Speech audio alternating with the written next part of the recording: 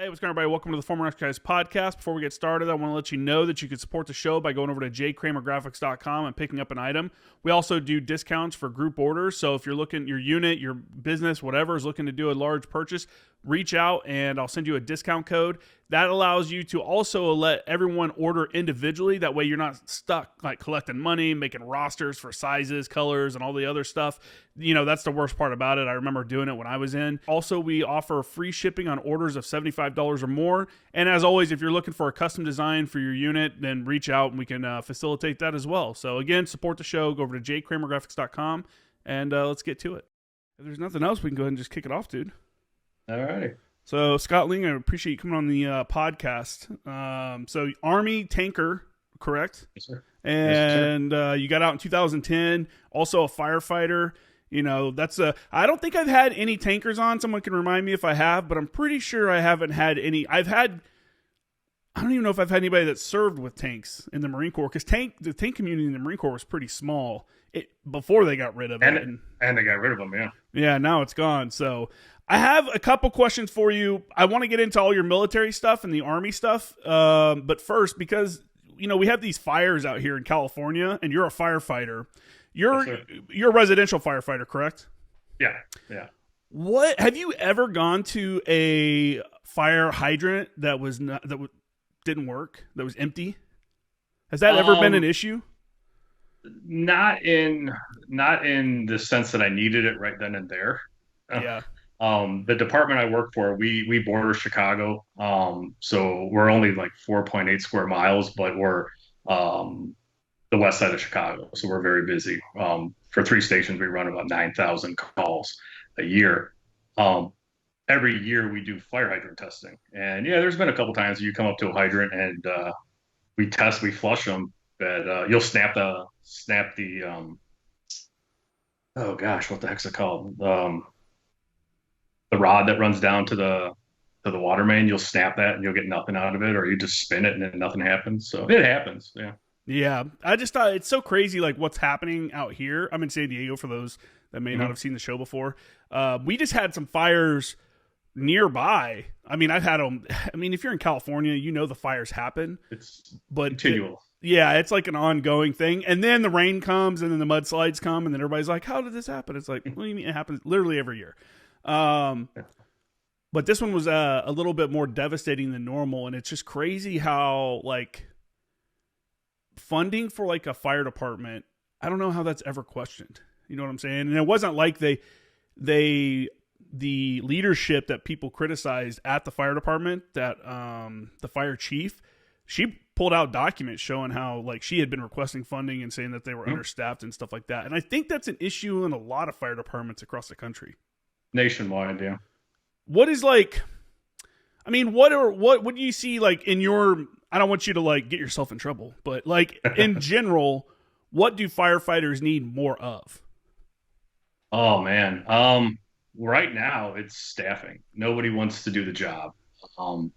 When I was testing, you know, because it's a municipal test, you know, so I got out of the Army, went into the fire service, and you got to take municipal tests.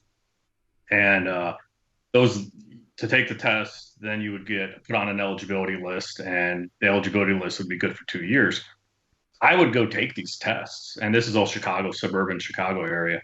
There'd be 200-300, sometimes, you know, I think the one Aurora was like 2,000 people took this test.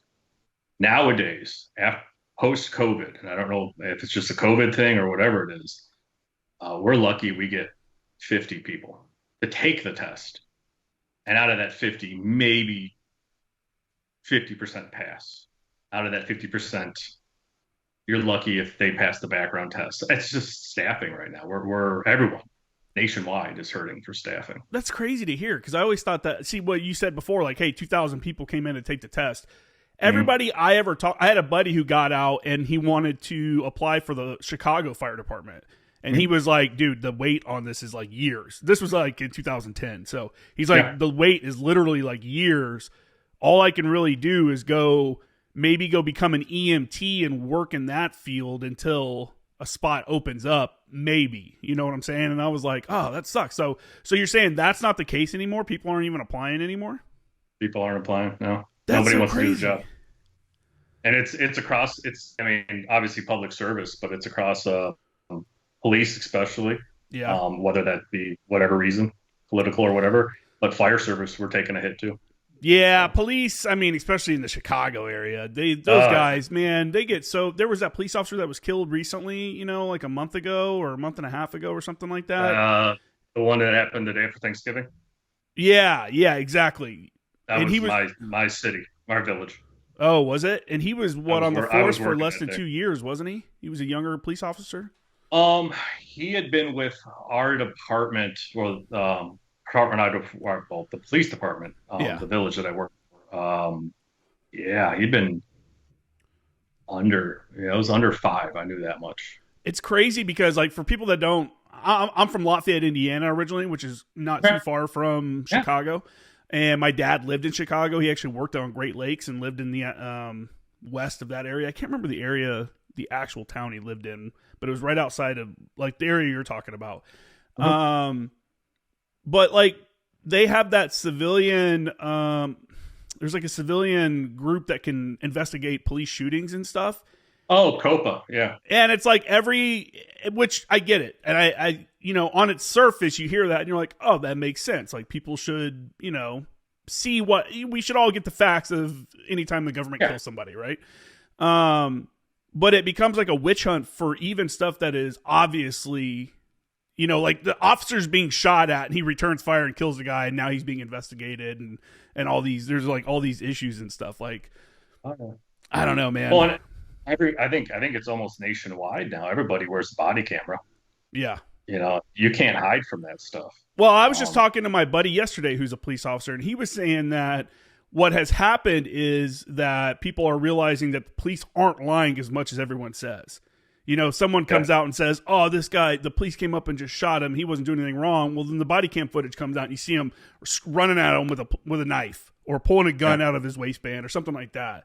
And it's like what people thought they were going to uncover a lot of like crimes by police officers, which there have been some, cases of that. But a lot of times it's just normal interactions. Cops are just like every other person. I think that's something that has come from that, which is good. Absolutely, absolutely, and that was even as Officer Reddens. They released the body cam footage of him, and it was yeah, they were casually talking to him, trying to get him to come to them, and he pulled a gun and unfortunately killed him, and he survived. He was shot once or twice, but he survived. So Yeah. Man, I just can't believe. I get why people don't want to be police officers, especially in cities like Chicago or something where it's like the politics of it can be very. you can get burned so fast for just doing your job. But firefighters, I always thought there was a push for that. You would think, and and it is probably, to me, it's the greatest job I've ever had. Well, next to shooting 120 millimeter smoothbore, but yeah, you would think. I know the political climate that we were in a couple years ago. They even talked about us getting body cams on the ambulance, which that threw a bunch of red flags for us because of HIPAA laws and patient privacy and all that stuff. But well, wouldn't those same HIPAA laws apply to police officers that are providing first aid to people, though? So my understanding of that, because we do have officers get in the back of the ambulance with us, depending on the call, right? If it's a combative patient, psychiatric, something like that, or if they're under arrest, obviously. Some of them, and don't quote me, I believe they do turn off the camera. But if they're in custody, I think they leave the camera on. But I think everything's blurred out. And even if you like FOIA'd it, they'd blur it out. They would edit the audio so you can't hear. So you're protecting that person. Obviously. Yeah. So. Yeah, that's crazy, man. I was actually just telling my kid recently because he's getting ready to graduate from high school. I was like, I saw a notice on Instagram. I don't remember which page put it out there, but it was one of the firefighting pages, and there was a openings listed for seasonal positions as a wildland firefighter up in Truckee. And I was like, dude, like if you're coming out of high school and you don't really, he's not really sure what he wants to do and stuff like that, And I'm like, if you don't know what you want to do, a job like that is really cool because it lasts a few months, It lasts the fire Yeah. season, so you can walk away anytime, really. But if you go up there, you're living on the job. It's one of those things you're like fully immersed in it the whole time you're there. I Oh was yeah. like, it'd be like Oh an yeah. intense summer camp, dude. And I was like, you'd come back, you'd be super jacked from hiking up and down the mountains Yeah. up in Truckee. You'd have all these skills, and you'd have probably at least $10,000 or more dollars in the bank now that you can just go buy a car, get a place, whatever you want to do as an 18-year-old kid, which is awesome. Yeah, it's like a deployment. Yeah. So it's definitely, I was telling him, I was like, if you don't know what you're going to do, man, maybe that's not a bad idea. He's got another job lined up, so I think he's going to do that one. But I don't know, man. When I was younger, I used to think being a firefighter would be super cool. I used to, maybe it's because I grew up in that era where we're watching like Backdraft and stuff like that. And it was like, yes. Oh yeah. If Oh, you yeah. go, we go, Yeah. kind of deal. Oh. No, yeah, that's I joke that's yeah, I mean there's a bunch of firefighters out there that will say that movie or movies like The Towering Inferno, the TV show Emergency, that kind of got us into the fire service. I knew at a young age the two things I was really interested in was the military or the fire service, and that was it for me. So Yeah. So I love it. And you'll never find a fireman that says, what do they say? Find a job you love, you'll never work a day in your life, yeah. and that's the fire service. Yeah, it looks like a cool job. I mean, it really does. I mean, it's obviously hard on families and stuff because of the crazy schedule, but I think it's one of those things like the military, you kind of have to adapt to it, So let's jump backwards then because you're doing that stuff now. Before that, you decided to join the Army. What made you decide to join the Army over other branches? And then did you decide to go into tanks or was that where you were placed? Oh, that's a funny story. No, so I honestly, going into freshman year of high school, I found this program down in Texas called Marine Military Academy, which is a Marine. I don't know if they're sponsored or whatever it is, but they're a bunch of retired Marines, and they run a high school program. What's a 4-year high school?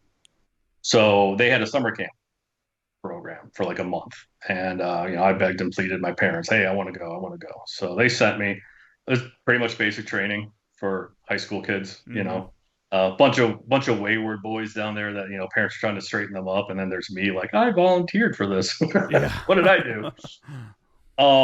So that was I really like when I came out of that I had that confidence going into high school, and I was like, man, like this is kind of the path I want to go down. Weirdly enough, that was 2000. That was 2001. So my freshman year of high school, 9/11 happened. And that was kind of it for me. It was all right. We're at war. I know when I get out in 3 years, this is what I'm going to do. I had a friend, a really close friend of mine. He enlisted prior to 9/11, and he was actually in the invasion. I want to say he was with 3-7 Marines. Eric, if you're listening, I apologize if I got that wrong. But yeah, he went on the invasion, so we stayed in contact, and I'm still in contact with him to this day. So I kind of knew, like, that's what I wanted to do. Senior year of high school, buddy of mine went to talk to a Marine Corps recruiter, and he trying to, I guess they do like a buddy program, Yeah, or something. So he was going to be crash rescue in the Marine Corps. Oh, nice. And yeah, and he ended up doing it. He ended up spending 5 years in Okinawa. So he loved it. We had the same contract. I was going to do it with him, and like last minute, I was just kind of like, I don't know, like we're in Iraq, we're in Afghanistan. I kind of want to go combat. Like I feel like that's something that I needed to do. So I took a step back from the Marine Corps, and it was just a fluke. I graduated high school. I was driving a tow truck actually, and it was like 3 or 4 days after I talked to the recruiter, an Army recruiter called me. And I was like, okay. Like he's like, hey, you want to come and talk? Sure, let's go. Sit down with him, and for whatever reason, whatever he was selling me, like, sounded good. But mechanic story is he was a mechanic in the invasion. I don't know what unit he was in, but he was an Army mechanic for Humvees. So he just kept on talking to me like, hey man, you want to be a mechanic? It's like, that's the best job in the Army, man. Like, you're going to get out and have some skills. I was like, eh. I'm like, I kind of want to do combat, man. Like, I'm young, I'm dumb, let's go. So I signed, I did my initial stuff there, and I didn't sign a contract or anything, but I had infantry, cav scout, or tanker were my three choices. So like I don't know, like a month goes by, and I'm supposed to go to MEPS, not MEPS. Yeah, I'm supposed to go to MEPS to do the whole duck walk, cough, fun stuff.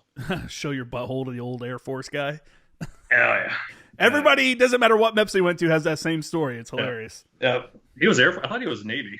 Well, ours was an Air Force guy, some old dude. Yeah, so I show up because they had us stay over at a hotel. So we go the night before. I show up at the recruiting station, and I'm like, "Hey, I'm here to go to MEPS." They forgot about me. Oh, Which there's a history of that happening in my military career. So they're like, oh, they're scrambling. They're trying to find somebody to take me to MEPS, and there's this brand new E5 they just got in. It's like, hey, can you take him to MEPS? And he's like, yeah, sure. Get in the car with this guy. He asked me, he's like, hey, what are you gonna sign up for? I was like, well, I was thinking infantry, but I really kind of like Cav Scout. I want to be combat. he he chuckled and he's like, you don't want to do Cav Scout. I'm like, why is that? He's like, you want to be a tanker. I'm like, what? Well, the guy had just come from an armored unit and he was a 19 kilo. So 45 minutes car ride with him. I was like, shoot, I want to be a tanker, I guess. yeah. It's funny how like if you sit down with someone that enjoys their job, how the way they talk about it and explain it to you can really convince you that you want to do that job. Now, someone that really enjoys being a mechanic, trying to convince someone else, that's one of those jobs you gotta want. I mean, all of them are jobs that you gotta kind of want, but I didn't want to be a mechanic when I came in, and that was miserable for me. I will say I learned a lot, and I've probably saved thousands of dollars on doing my own maintenance and stuff on my own vehicle. But outside of that, like that was not, so if you're like, if that's what you're all about, then go for it. But yeah, I mean, I think that's good that you kind of stuck with what you wanted though, rather than letting them talk you into something else, because this is like a once in a lifetime opportunity. And that kind of decision how much different would your career have been had you been like, yeah, you know what, let's do mechanic, like that's a completely different side of the Army than being a tanker, Yeah. How does that work? So, obviously most of my audience and a lot of my guests are like Marine veterans and stuff like that, or people that know more about the Marine Corps. We have 13 weeks boot camp. Then we go to a month of MCT, which is Marine Combat Training, or SOI. If you're infantry, you go to the School of Infantry. And then following MCT, if you're not infantry, you go to your MOS school. And that's however long it is. Some of them are on Army bases. When I went through to be a forward observer, a fire support man, my school was on Fort Sill. And there's a Marine battery aboard Fort Sill that works alongside, but you're not like mixed classes or anything. Can you kind of explain that process for people that may not know for the Army side? Yeah, so the Army, they do a thing called OSUT, which is a one station unit training. So that's, certain MOSs have that where you do your basic training and you do your AIT all at one station. You're not moving. I think medics would maybe go to like Fort Jackson for basic training, and then they'd get shipped down to Fort Sam Houston for AIT. But for us, infantry, tankers, and Cav Scouts, infantry, tankers, Cav Scouts, and probably some field artillery guys, and there's probably a lot more that I don't know. We do OSUT. So it's 9 weeks of basic training. I went to Fort Knox, which is the home of it was the home of armor before they moved it in 2010 to Fort Benning, and then Fort Benning got changed to the Maneuver Center. But yeah, Fort Knox trained Cav Scouts and tankers. So we did 9 weeks there, and then we had like a weekend off. We graduated basic training, and then we went straight into AIT with the same drill sergeants, the same company, everything. So for us, it was 16 weeks. Yeah, I want to say it was 16 weeks. Did the drill sergeants start treating you different after that weekend off?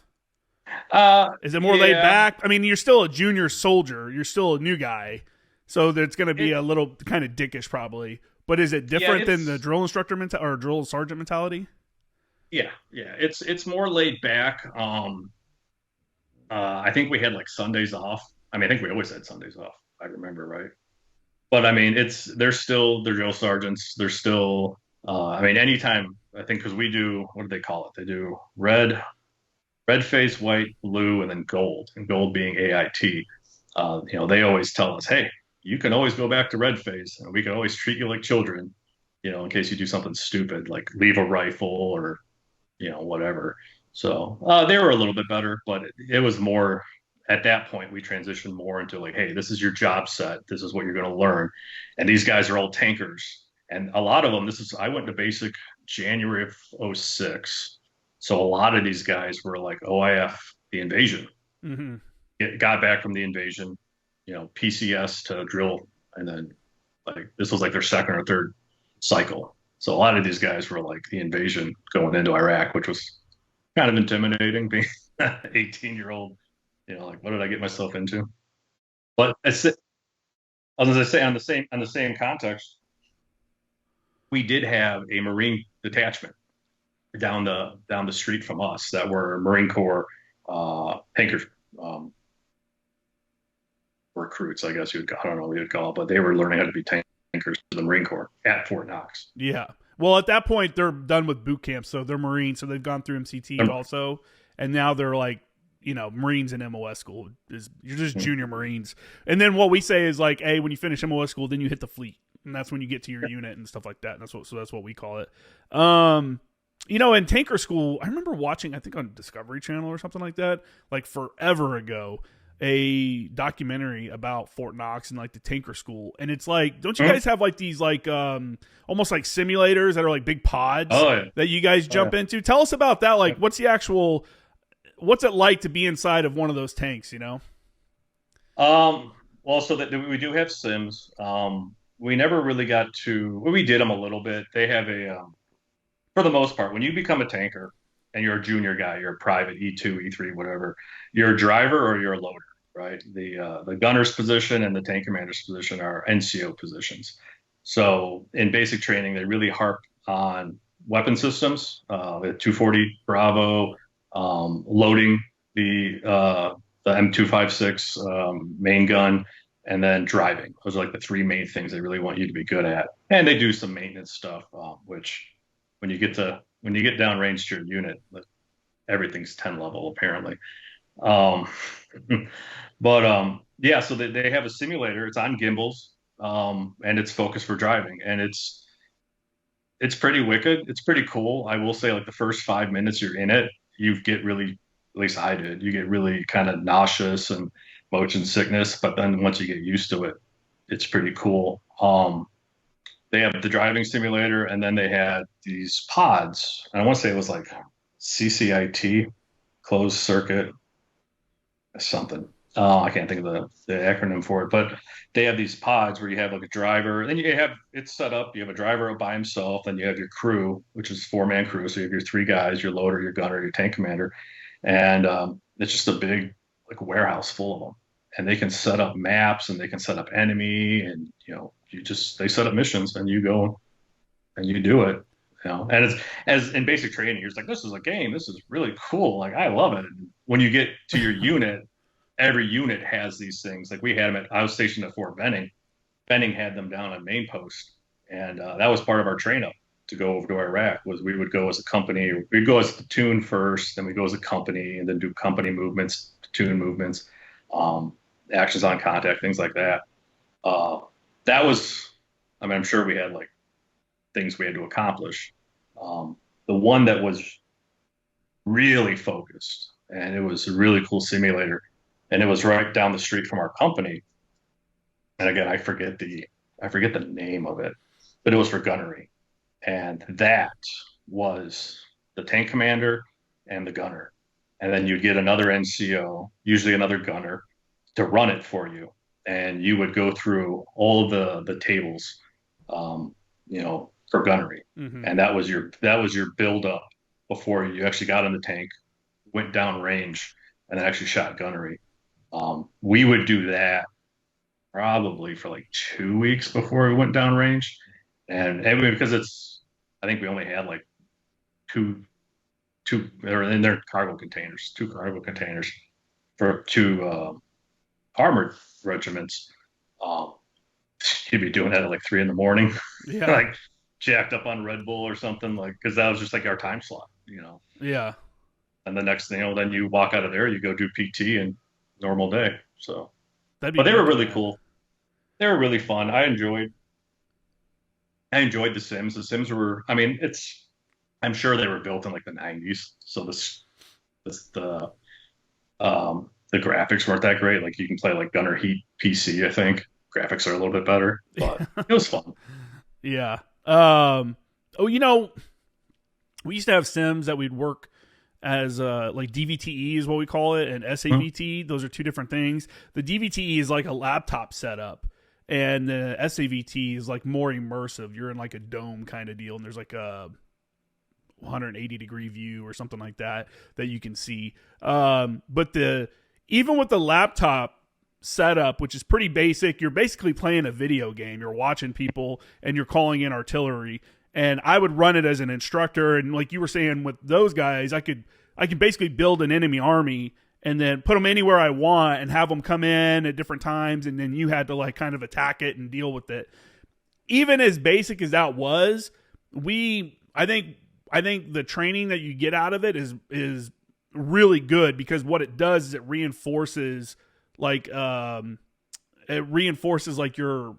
what am I trying to say here? How you do the mission and stuff like that, the steps. You know what I'm saying? It's like get you working through the steps. Every once in a while, they could throw like a weird thing at them just to kind of throw somebody off and see how they'd react to it. But it's like really good about reinforcing like communication drills and just like the basic steps of doing close air support, doing artillery call for fire, and things like that.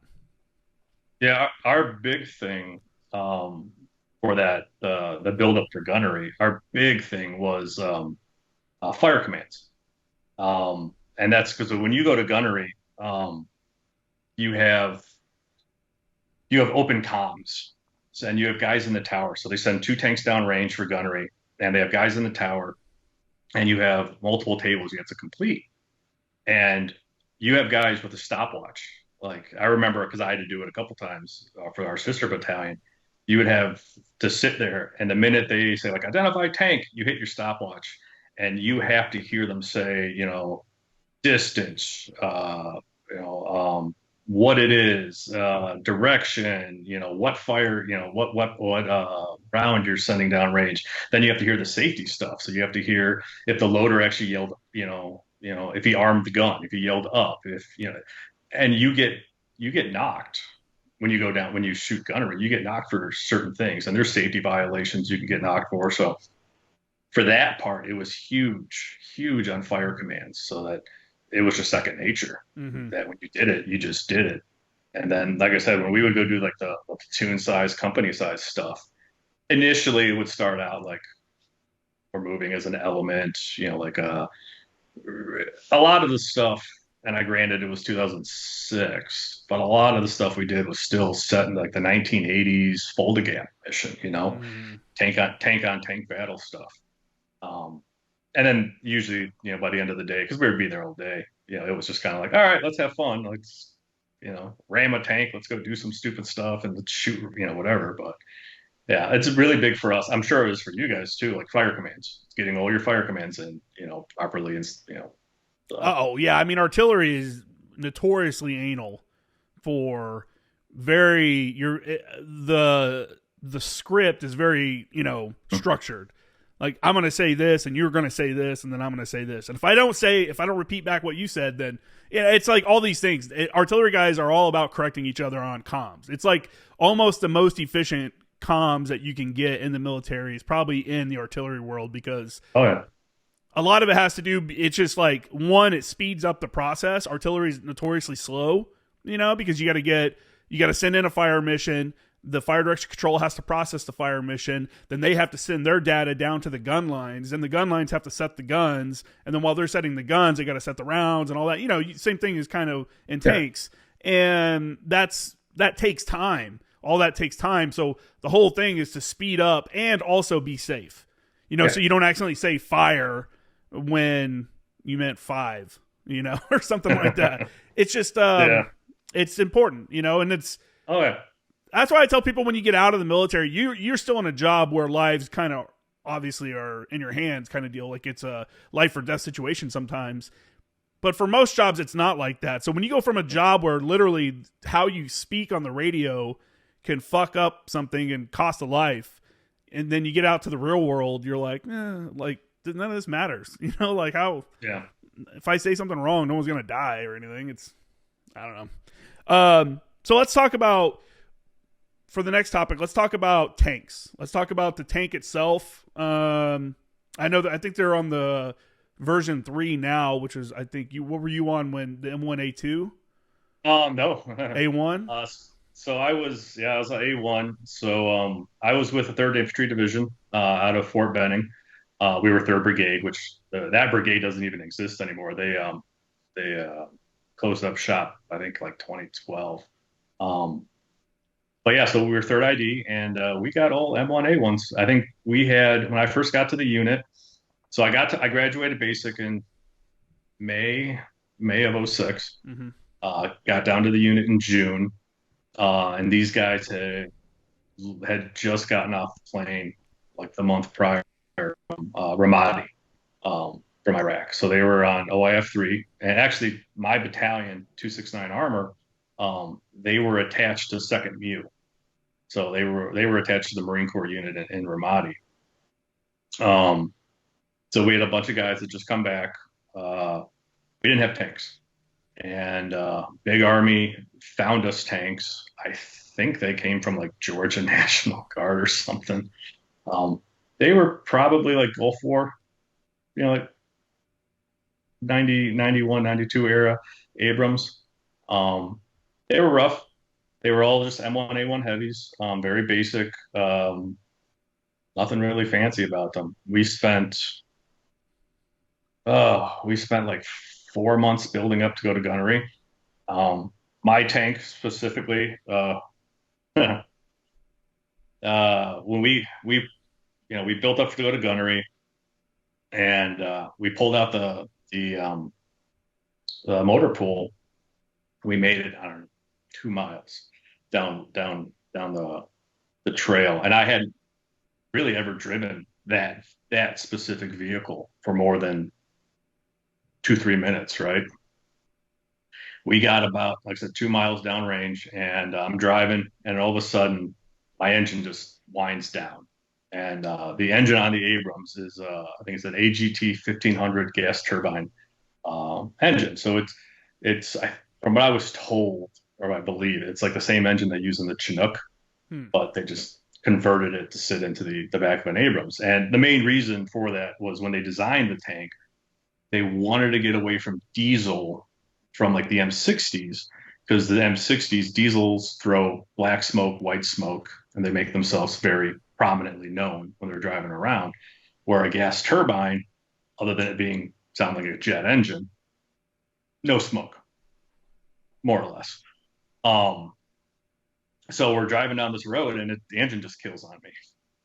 I'm E2 nobody, like driving. I'm in the driver's hole. And I don't know if you ever seen the schematic of a tank. The driver's in the hole by himself, so he's up in the front part, and it's a really nice seat actually. You're laid back. You're kind of in a reclined position with the T-bar, kind of like a motorcycle, and you can turn it. And you got a brake pedal, and then everybody else is behind me in the turret. Engine shuts off. I come to a halt, and I'm like, "Hey, Sergeant, like, I don't know what to tell you. The engine's dead." I'm like, "Oh, restart it." Go to restart it, nothing. So, we call a halt and jump out, and it's just hissing oil out of the belly plate. We're like, okay, well, something happened. No idea what. So we call our I was 3rd platoon. I was 3-4. So we call our our wing tank 3-3 to come hook us up and tow us the rest of the way. So they back up to us. We hook up the tow bar, throw the final drives into neutral, start going down the road, which is a horrible ride to be towed down a gravel road, being the rear vehicle. And we made it 4 or 5 miles, maybe. One of the final drives, somebody didn't put a bolt in. Final drive flipped back, re-engaged into the transmission, locked up the whole left side track, and then just bound us, put us like lead Victor. We went sideways, Mm-hmm. and they ended up stopping. So we're like, all right, well, looked at the final drive. The final drive, which sticks out like that much, had sucked all the way into the transmission. So we called the mechanics. They came back with a pickup truck, and they're like, or the Humvee, and they're like, yeah, we gotta get you guys back to the motor pool. Nothing we can do. Like it's shot. So we set my wing tank forward. Well, the 88, the Mike 88, which is a heavy recovery vehicle, which is built on an old M60 platform, was at the head of the column. Couldn't get it back down this dirt road. I don't think anyone's gonna get in trouble because this was 20. Well, yeah, it's going on 19 years ago. One of the mechanics, he had a buddy that was, I think he was expecting he had a soldier that was expecting a kid or something. So he calls him up because he wasn't going out on range with us. He goes, "Hey man, I need you to go to the motor pool. I need you to get in an 88. I need you to drive down whatever road." He's like, "What are you talking about?" He's like, I'm on leave right now." He's like, "I know, but I need you to do this. Like, can you go do this?" He's like, "Okay, fine." So these guys commandeered a random 88 that's sitting in the motor pool, drive down, pick us up, bring us back to the motor pool, where we spent 3 days with acetylene torches, plasma torches, everything, just cutting away all the gears and the final drive to get the final drive out. And even we had some General Dynamic guys that were like, "I have never seen this happen before." Yeah. So ultimately, 3 days later, we get a new engine, we get a new transmission, a new final drive, bring the tank back out to gunnery. We go to shoot gunnery like 2 days before table 8, which is our qualifying table. My doghouse, well, not mine, my gunner's doghouse, which is the Christmas tree for all the optics, all the ballistics, the ballistic computer, everything, takes a dump on us, and they have to replace that. So we shot gunnery, we qualified. It was a great thing. But by the time we were done with that tank, that thing was damn near brand new. I would say it's almost a brand new tank. And it was a shame because before I went to Iraq in '07, we went to NTC, the National Training Center out in Fort Irwin, and we railheaded all of our vehicles out there. And instead of railheading them back to Georgia or putting them on a boat and shipping them to the Middle East, we left them. And when we got to Kuwait, we ended up drawing refurbished tanks from Kuwait. So it was kind of a shame because I was like, well, like I put so much blood, sweat, and tears in this thing, and it was damn near brand new. Mm-hmm. No, then we pretty much picked up brand new tanks in Kuwait. So yeah, they got a whole lot out there of like different things. For the guys that do M88s, are those like actual? Do tankers drive those or do mechanics? tank mechanics. Yeah, those guys are actually tank mechanics.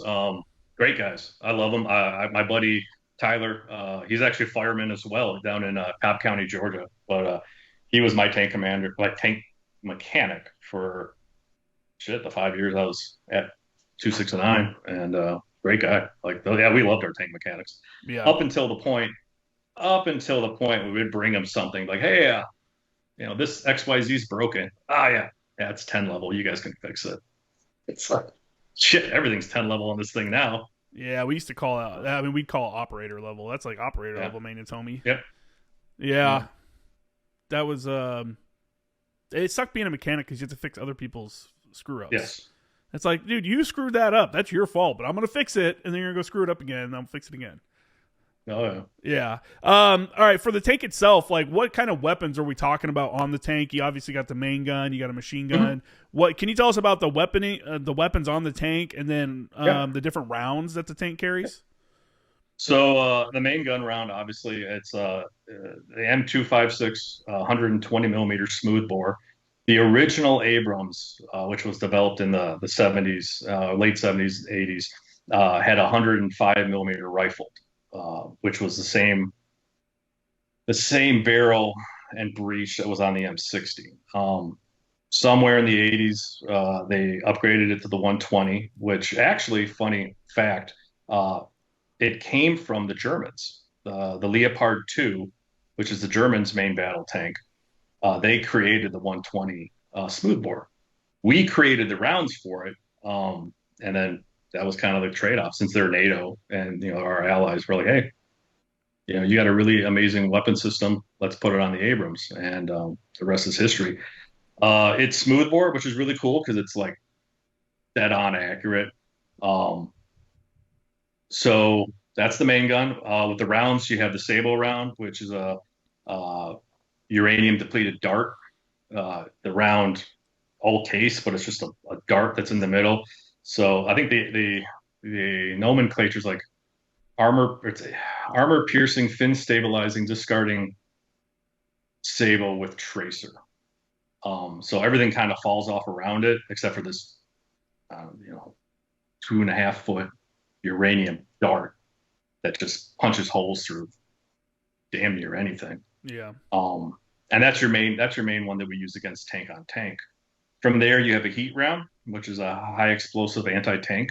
Actually, I have a demo round of the heat round right here. So that's the training round, or this is the dummy round for the heat round. Um, this big part here, the whole bottom part, is all propellant, and then the explosive is because stuff falls. The explosive is just this tip right here, and that can be used for tanks. It can be used for APCs, buildings, things of that nature. Is that See actual from there. size? Is that the correct size? Yep, that's actual size. That seems a lot. Unless you're really short, that seems a lot bigger than I expected. I'm 5'10", and that thing comes up to about my waist. Yeah. So That's. I didn't know it was yeah. that big. No, the heat round's the bigger one, the biggest of them all. Yeah. The Sable's a little bit smaller. Then we have a round called the MPAT, which is a multi-purpose anti-tank. That one's really cool because that one, similar to the heat round, big chunk of explosives up at the top. It has a air-to-ground mode, little selector, so you can switch it from ground, which is kind of like a bunker buster. Well, it will go into a building and then detonate, X amount of feet, yards, whatever inside of it, or um, it will work off kinetic energy where you can shoot down helicopters. Hmm. So part of what we did in the simulator was actually targeting like MI-24, MI-18, Heinz, and their transport helicopters and shooting them down. How realistic in real life? Never done it. I did it in the sim, so Did it seem like in the sim? Did it seem like pretty possible, or was it every once in a while Oh you yeah, got hit? no, I hit, yeah, but I was a gunner. Yeah, I hit them in the sim. I wonder So what they have now. You know, I bet now well, it's so even more advanced. when when I got to Iraq in '07, we had just gotten a new round called the can round. It's canister round. It was 500 tungsten steel ball bearings, and they're like, oh, by the way, like this thing only has a range of 500 yards because it's a giant shotgun shell. Yeah, So we had a couple of that's a those. deadly 500 yards, man. You don't want to be in that. We used it. It was yeah, it was impressive.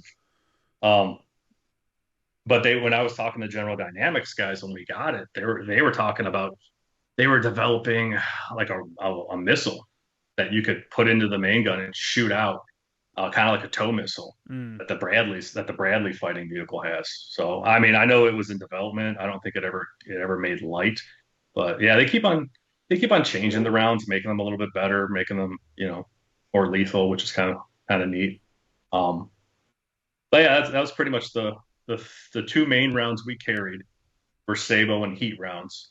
And then they ended up when we went in '07, they didn't give us any Sabo rounds because they were like, hey, there's no more tanks. You know, you're not fighting tanks, you're fighting the insurgency and so forth. So they gave us heat rounds, MPAT rounds, and then the canister round. So that's the three rounds we carried. Um, and in the tank, we have behind the loader. So you have the breech of the main gun here. The gunner sits right to the right. Tank commander sits behind the gunner. Then on the other side, you have the loader. The loader has like 16 rounds in the semi-ready rack, and then behind the tank commander, you can cross load. He's got like 14 rounds, and then there's like four more on like in the hull. I could be wrong on my math, but I want to say we had somewhere around like 30, mid 30s to maybe 40 rounds that we carried on the tank. We could if we were fully loaded. Yeah. Isn't the ammo stored behind some kind of barrier in case like you guys Yeah. take a hit? Yep. So it's a really small door. It's about yay thick. The loader has a knee paddle that he hits with his knee, and the door flies open. And then the cool thing is on the top of the tank, there's blow off panels. So the idea is that if you get hit in the back or the ammo cooks off or whatever, it's going to blow up and out instead of into the crew compartment. Russian tanks don't have that. The Russian tanks, their ammo's pretty much all around the hull, and you take a hit, it's going to blow up. Which is a lot of guys in the Gulf War. If you saw a lot of pictures of like T-55, 54s, T-72s, their turret would blow off because it was just wrapped with ammo. Mm-hmm. And then once that cooked off, it would, and they're cast iron. The Abrams is all welded, so I think it has over like I think it was like 4 miles worth of welds on that thing. Oh Um, wow! And you guys yeah, have the thanks. reactive armor, correct? Or they? I know they do So now. I don't know if you did then. yeah, we were the first tanks in Iraq in '08 to get them. My platoon was. Um, it's it's interesting.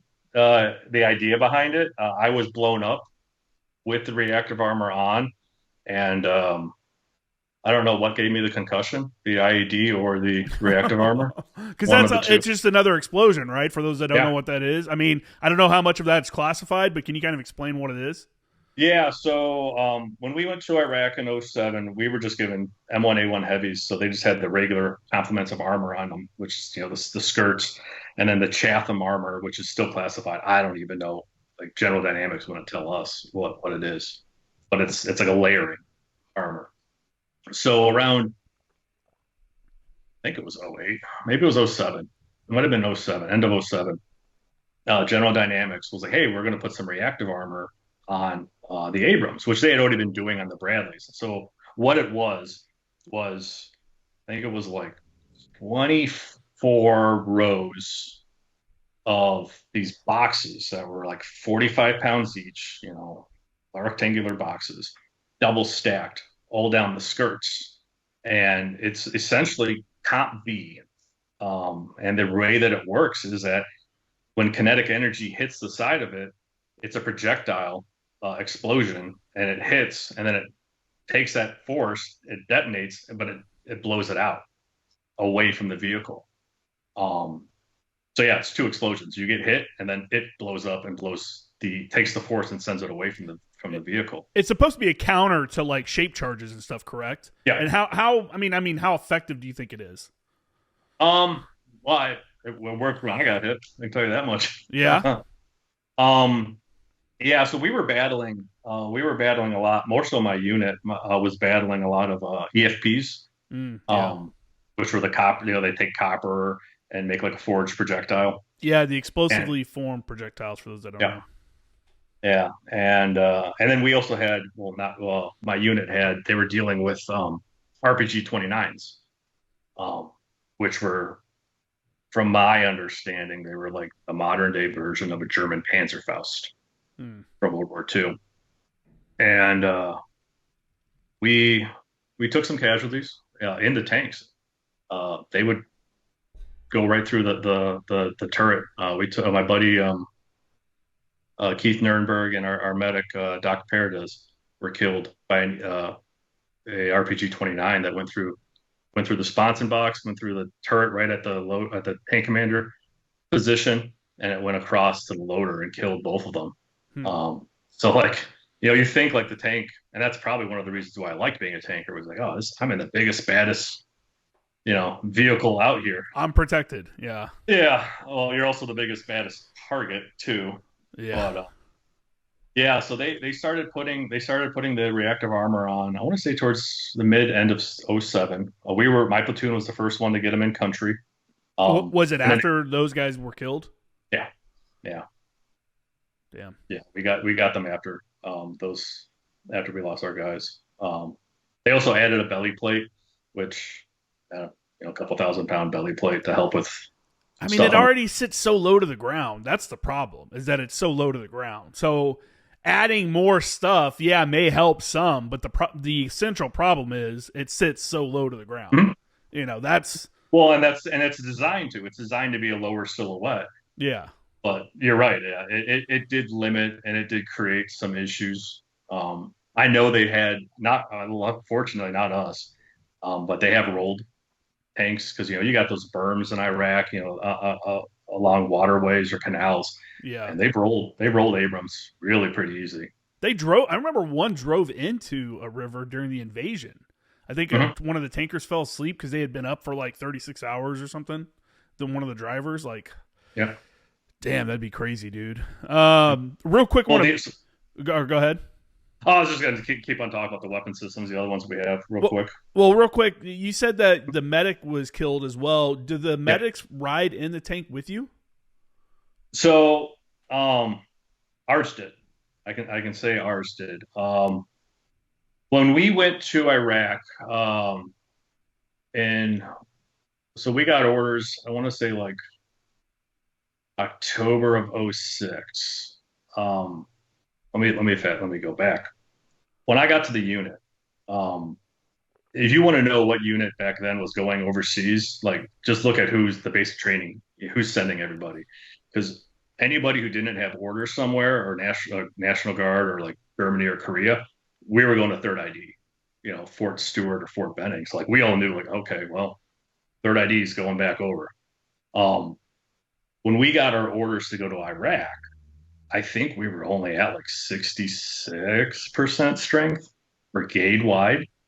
So when we went to go shoot gunnery, my first gunnery, which was horrible, there's a whole story behind that, but we had tank crews that only had 2 guys. My tank crew had 3. I think we had each. So in a tank platoon, you have 4 tanks per platoon, right? 16 guys, 4 guys per tank. We have 3 platoons in a tank company. Each platoon had 1 tank crew of 2 guys, the gunner and the tank commander. So when we went to go shoot gunnery, if you were an E4 or below, man, it sucked because they're like, hey, look, we need a loader. Hey, we need a driver, and it may be a first platoon tank, it may be the second platoon, it may be headquarters. But like all of us are E4 and below guys. We were running around. I don't remember sleeping for 2 weeks. And this is gunnery. It wasn't even in Iraq. So when we deployed, we were a little bit better. I think we all had 3-man crews, and like a couple of us had 4-man crews. So when we got our medics assigned to us, we were like, hey, guess what? You're going to learn how to do. You're going to learn how to be a loader. And we weren't really shooting main gun in '07. Yeah. I mean, I feel like at that point you guys are more of a show of force than anything, right? Yeah. So we would teach those guys like, hey, you're going to be a loader. The loader station has a 240 Bravo. Here's how to operate the 240 Bravo. And there was a couple times in my platoon specifically, we had our medic. He drove. He loved it. He loved driving, and even his boss drive a tank. Yeah. Okay. Even his boss, Sergeant Orvis, Sergeant Orvis, like he's like, hey, I want to get on that. So we would occasionally take, non-tankers, like, all right, here's the driver's hole, here's what you do, and there you go. Like, thank you. Kind of shows you how easy it is to drive, right? It is. Yeah, it's very simple. It's pretty straightforward. Basically, keep it on the road. The thing too, because it's so low, you don't really have to worry about. I mean, you said that there you've had rollovers, but that's not Mhm. unless you go on some like hilly terrain or something like that. If it's flat, that's not really a concern, right? No, no, like I said, the main thing for us was the berms. If you get up on a berm with a canal and you go to like get off sideways, and I have a picture somewhere of one of our tanks, like it was, you could see underneath his right side track. Yeah. That's where your issue becomes, or like the bridges, stuff like that. There was a problem. Well, I mean, I guess there is a problem in the Marine Corps. Not really a problem, but it's known like the LAVs, they sit really high and Mhm. the light armored light armored reconnaissance vehicles, they sit really high and if you turn them real hard, they can roll over. Yeah. Outside of that, those are the most comfortable rides I've ever been in the military. Oh yeah. The Abrams was the same way. I remember when I first drove one in basic training, I think the instructor was telling us like, "Oh yeah, they spent multiple millions of dollars to make this suspension drive like a Cadillac." And it was an amazing ride. And every now and then we would do stuff with the Bradley guys, the mechanized infantry guys, and I'd ride in the back of a Bradley. I'm like, this sucks. Like I'm in an up armored aluminum vehicle that's gonna melt if we get hit, and then the ride sucks. No, it But wasn't like that with the LAVs. The LAVs, which I think were what the Army was going to buy before they decided to go with the Bradleys. I think they were looking at the LAVs and then went with the okay, Bradleys. But the same thing. I mean, the suspension, the ride, you don't feel like the terrain and stuff. You don't really feel it. It's like I don't know. It's a really good ride, and you honestly in that one you stand up most of the time, unless you're in some weird conditions and you're down inside the vehicle. But generally, you stand up. When you guys, cruising around, I mean, how often are you guys? What's the training look like for a tanker? Because are you out driving the tanks every day? I imagine you're not. One, no, no. I imagine you're there's parts of the year I assume they're working towards their gunnery qualifications. This is let's imagine that you don't have a deployment coming up or whatever. Mhm. I imagine there's parts of the year that you're working towards your gunnery qualification. Outside of that, what kind of training are you guys doing? Are you working and doing training with the infantry and stuff to work on your integration with infantry units and supporting the infantry and all that kind of deal? So I was there at a transition time when I got to my unit. 269 Armor, when they came back from Ramadi, they were strictly an armor battalion. So Mm-hmm. they had three tank platoons and their mechanics, and then their HHC. When I got there, they had just restructured, and we went from an armored battalion to like an armored combines battalion, a combined arms battalion, I believe is the term. Yeah, combined arms battalion. So what they did was they took my sister battalion, which is 115 infantry, Audie Murphy's of all things, Audie Murphy's unit. Um, they took two of their mechanized infantry companies, put them in my battalion, and then kicked out, one of the companies. And they created combined arms battalion of headquarters, two mechanized infantry, two armor companies, Fox company, which is engineers, and then our mechanics. So like a self-sufficient unit. Mm-hmm. Um, we were still when I got there, we were still really just focused on tank stuff. We did the build up to gunnery, like I said, going to the simulator, the two different sims, a lot of vehicle maintenance because I think the tanks were just they needed them. Mm-hmm. I don't remember doing much driving until we went to gunnery, and then once we went to gunnery, that was kind of it for us. After you qualify, we do a really cool operation. It's called Table 12, which Table 12 is when they integrate the mechanized guys as well as air assets. So we would do like a combined actions on contact where the tanks pull up, we're engaging targets, then the Bradleys run down, dismounts get out, Bradleys engage targets, dismounts attack a house. They call in mortar fire, and then after the mortar fire, they call in like Apaches, and the Apaches come in, do what they do. That was really it. It wasn't until they were like, "Hey, by the way, we're going back to Iraq. Maybe we should train you guys how to do some like kicking in doors and some infantry stuff." That's when we started actually doing a little bit of infantry stuff. But for the most part, the build up to OIF 5 was mostly, oh, hey, we're going to be on tanks. and Hmm. that's what you're going to do. Now, when we went back in '07, there was a lot more. We still did gunnery.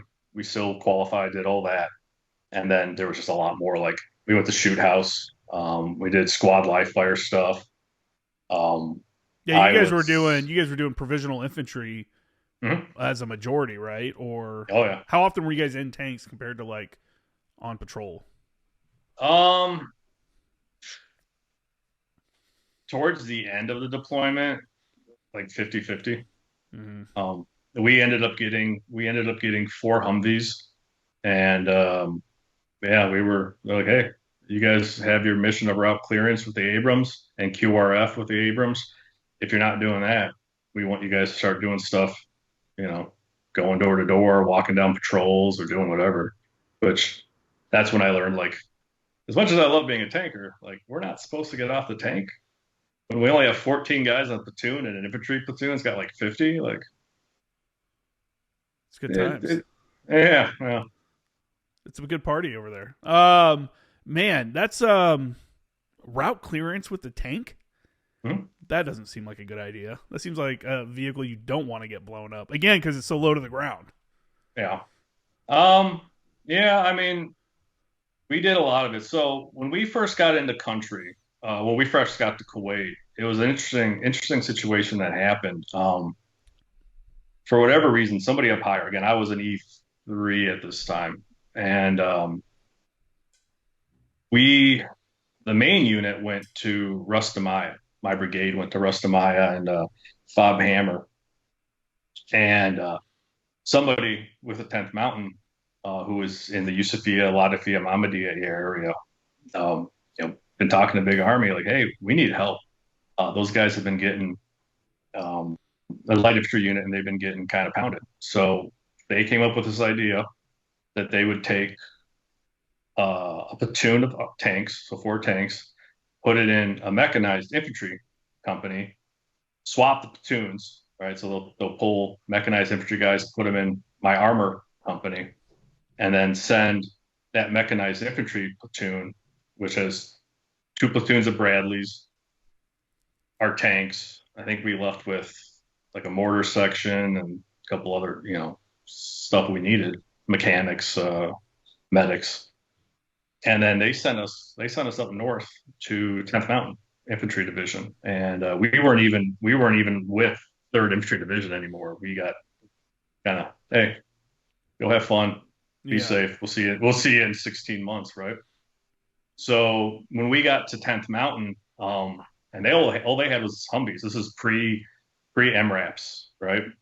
Um, those guys were just getting IED blown up off these little roads, and they really needed something to come in there and kind of like show, like I said, show a force.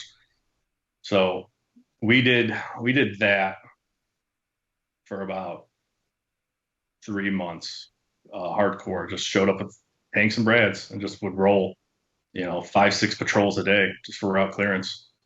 Um, When you move up to that area, hmm. do you drive the tanks there or do you guys truck them up? Because that seems like a long distance, right? We loaded them up on Hets, Yeah. and then we flew into Baghdad, Bayap, and then we picked them up in Bayap, and then yeah, we drove them out to Yusufia, which is like maybe an hour, 2 hour ride. It Yeah, they wasn't put them on horrible. those lowboy trailers, right? Yeah. And then truck them Yep. up. Yeah. Okay. Yeah. So I guess I would assume then were the trucks that were trucking them up were driven by civilian contractors. Yeah. Yep. Those trucks looked like Mad Max trucks. I remember those ones because those were Yeah. up armored too. Those were Hmm? these weird up armored semis that the civilian Yeah. contractors would drive. Yeah, I remember those things. Fuck, man. Yeah, I assume you guys didn't drive the tanks from one side of the area, to the No. other. I can't imagine like the maintenance that would be involved just in trying to do that. So that makes more sense. A lot of fuel.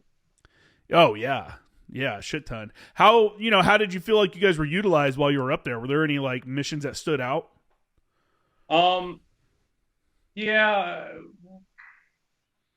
we honestly, like I said, our first 3 months there, it was just a lot of hour-long patrols. You'd have three during the day and two at night, maybe three at night. So it would just be like, hey, we got to patrol at like 0600. We're going to go run down to Yusufia. We'll cut some side streets. We'll go up and down. And it's just a show of force to say, hey, we're here.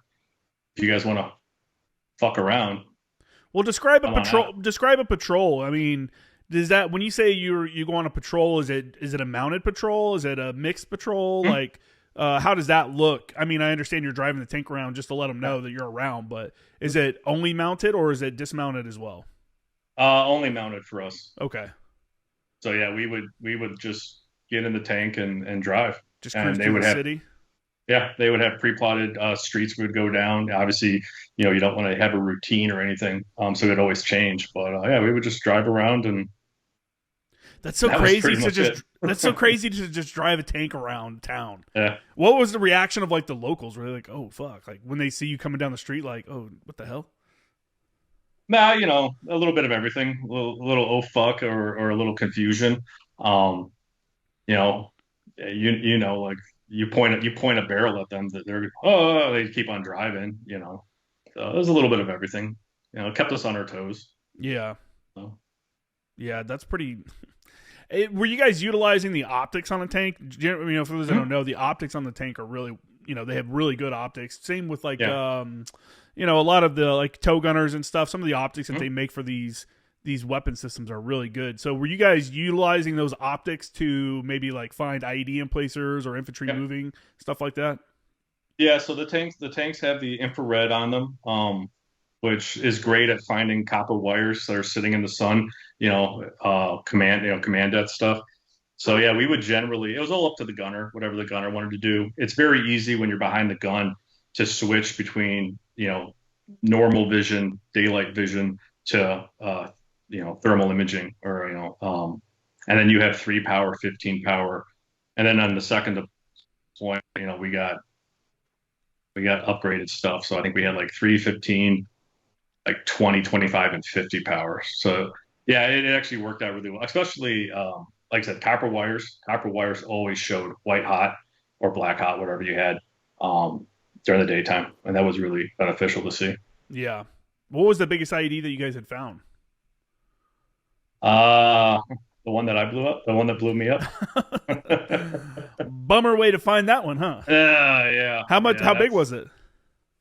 I think EOD came out and said that it was like three 155 arty rounds with like six 60 millimeter mortars and like 20 pounds of C4 or something. Wow, Yeah, that's it was an crazy. interesting story. We moved a couple times in country, and the last time we moved, we were at we were right outside Biop. I can't think of the name of the patrol base. Usania, five, no, patrol base Lions Den. Um, but we had all these Iraqi males walking around. With no jobs, no nothing. So somebody created, and this is around the time of SOI, the Sons of Iraq, the creating a militia. So we ended up going around and we're like, hey, what do you guys need? What can we do for you?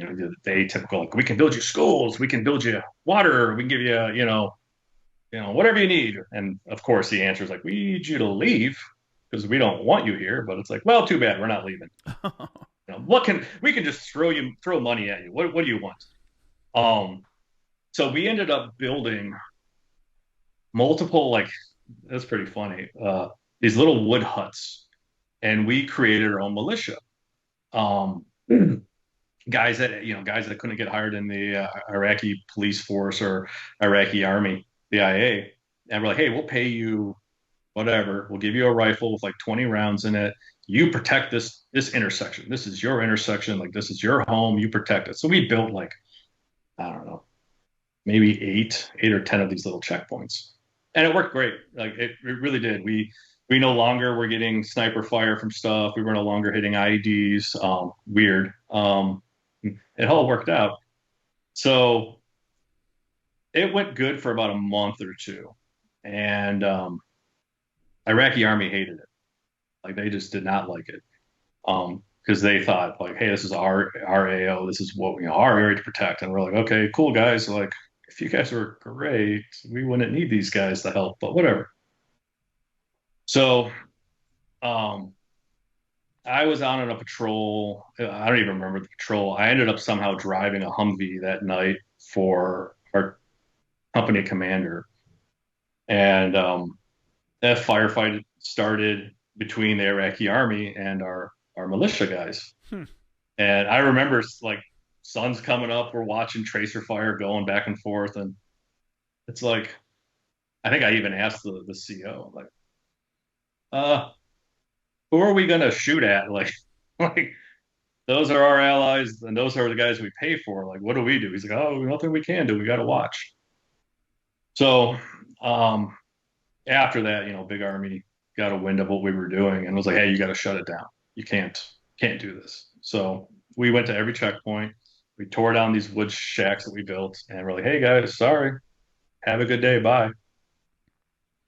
So that week, like the week after, we were doing this census mission, which, like I said, we had been given 4 Humvees, and we're told like, hey, you should go down in this like city block and go door to door, pretty much asking like, how many women do you have living here? How many children? How many men? Just doing this census, you know. Hmm. So Monday through Friday, we were doing that in Humvees, and complacency kills. And I think, oh God, what was it? It was January '08. So we'd been in country like 10 months, and we still had like 6 more to go. Oh my god, dude, the army is so crazy about that. That is so nuts. Oh yeah. Go ahead. Um, so we had always gone down this one road, crossed the berm, and then ran back. And when we ran back, my section would split off and go right, and Bravo's section would split off and go left.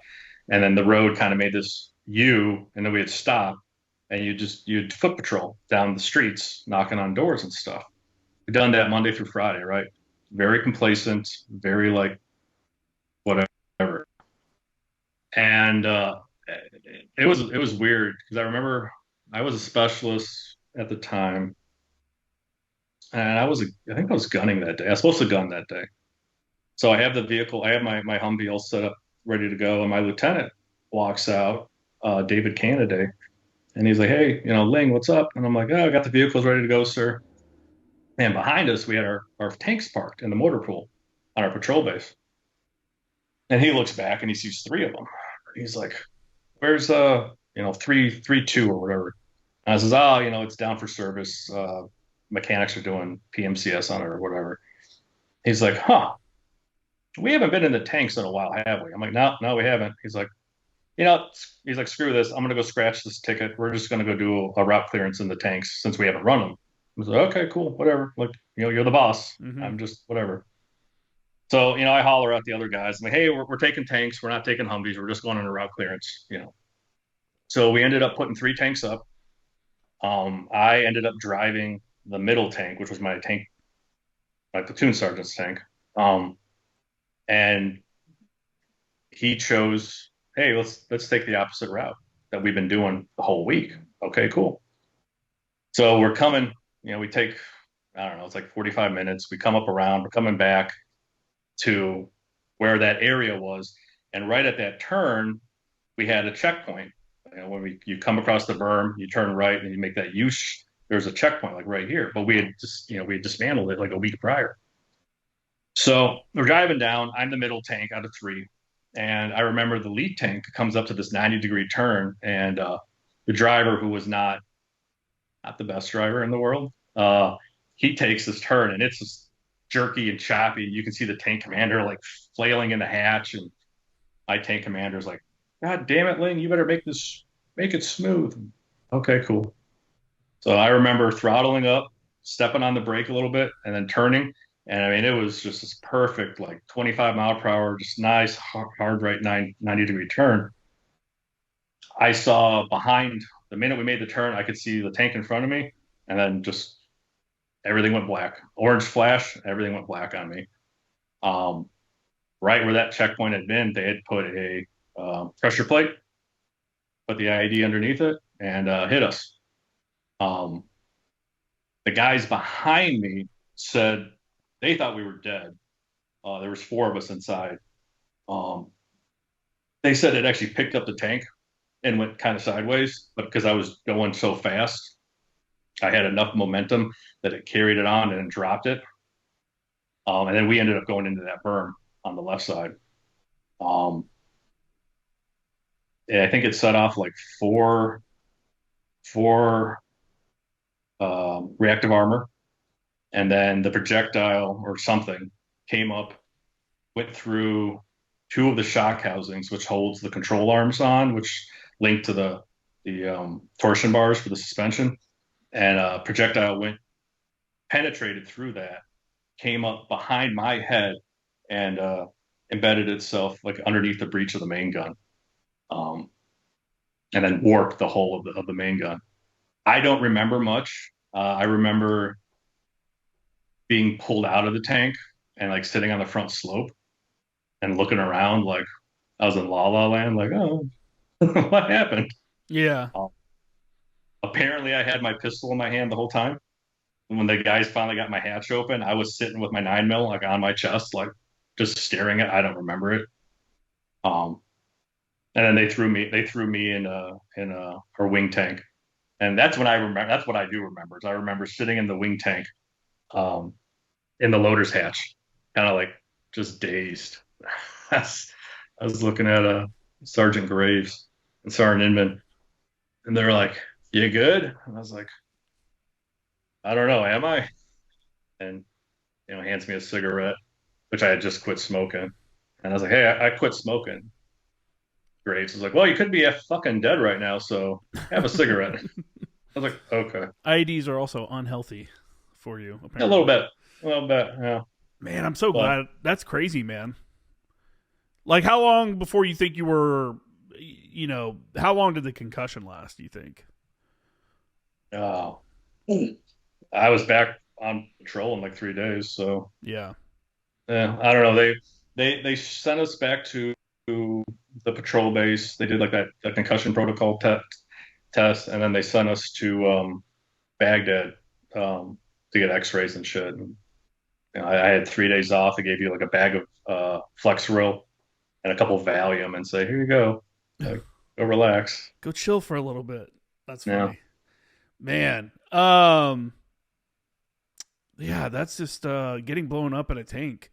That doesn't seem like, just because it's so low. I mean, what you described before, having multiple artillery rounds and all that stuff, that's a lot of explosives. That could have breached the hull pretty easily. It was a big hole. They ended up coating that tank out. General Dynamics came and looked at it and were like, "Yeah, we can't fix it because it had warped the hull." So what's a we tank coated cost? that one out. 4 point something million. Millions of dollars damaged by how much, in an IED setup. That's our problem right now is like, yeah, we can spend a major amount of money on this like advanced whatever, but then it gets defeated by something that costs $20. Well, if they can build $20 defeation devices over and over and over again, eventually the U.S. is going to run out of money, or whatever nation is fighting that kind of fight, they're just like slowly bleeding you to death. Yep. Yeah, I don't know. We had tanks when I was in Sangin, and we would tell them like, "Hey, stay out of the valley," because that's where like the fighting was happening. They mostly stayed up on a mountainside, and they were there for like observation, doing overwatch and stuff, using their optics. And we would always tell them like, "Don't come down here in the valley." And then I was on an advisor team at the time, and we left. And as soon as we left, the unit that was there was like, "Come on, bring the tanks down." And the tanks came down, and one of them got blown up and fucking stranded in like a field, because it hit an IED and dudes got injured and stuff. And it was like, dude, this isn't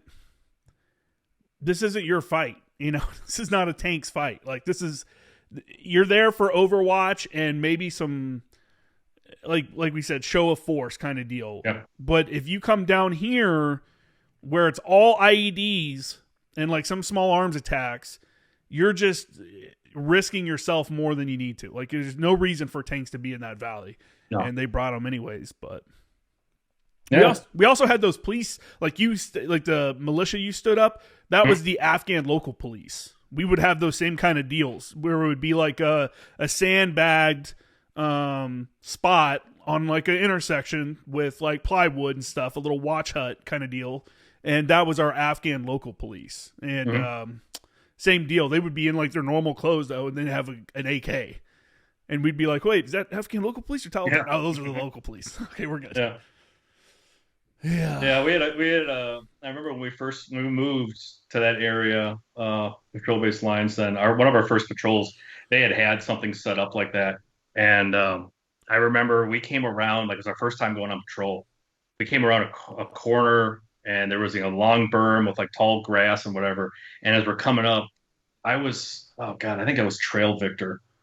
And I was gunning, and I remember my lead tank start freaking out. And he's like, "Oh, dude, there's a recoilless rifle over here." And we're like, "What?" And sure enough, like they had set up their own checkpoint, and they didn't have any ammo, but they had this big ass Russian recoilless rifle on a bipod or whatever. And I'm just like, like I'm not sure what that would do. I don't want to find out, but yeah, I mean those will fuck you up.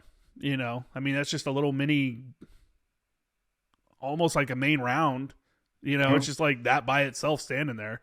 Those things, they would shoot those in Afghanistan, and man, I hated it so much. Every time when I was an advisor and our Afghans would shoot that thing, the recoilless rifle, it was the I'm trying to remember the name of it. I can't remember the name of the recoilless rifle that they had, but man, the problem is we never knew what the fuck they were doing. They would go to load it, and you're like. Sometimes they'd have problems with the rounds. You see them just take a round and just kind of toss it off to the side. You're like, what are you doing, dude? And like, what is this round right here? And then they would be fucking around with it, and you're not sure when they're shooting. And we're sitting here with no like ear protection or anything, and you're just kind of waiting. You're like, come on, dude, is this guy going to shoot it? And every time it was like a surprise. And it was like almost getting, probably kind of like shooting that main gun. It's like a punch in the face almost because of that concussion from the blast. That made me more jumpy than anything, I think, from my deployment in Afghanistan was those recoilless rifles. Those dudes shooting those.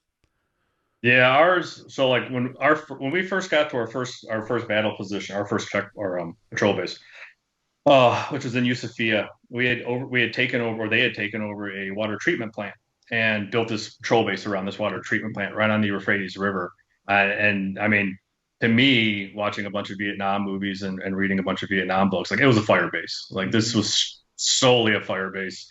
We had the patrol base. They had a mortar pit where they could drop 120s, 80s or 60s, one of the two. I know they had 120s. They probably had 60s. Yeah, I think.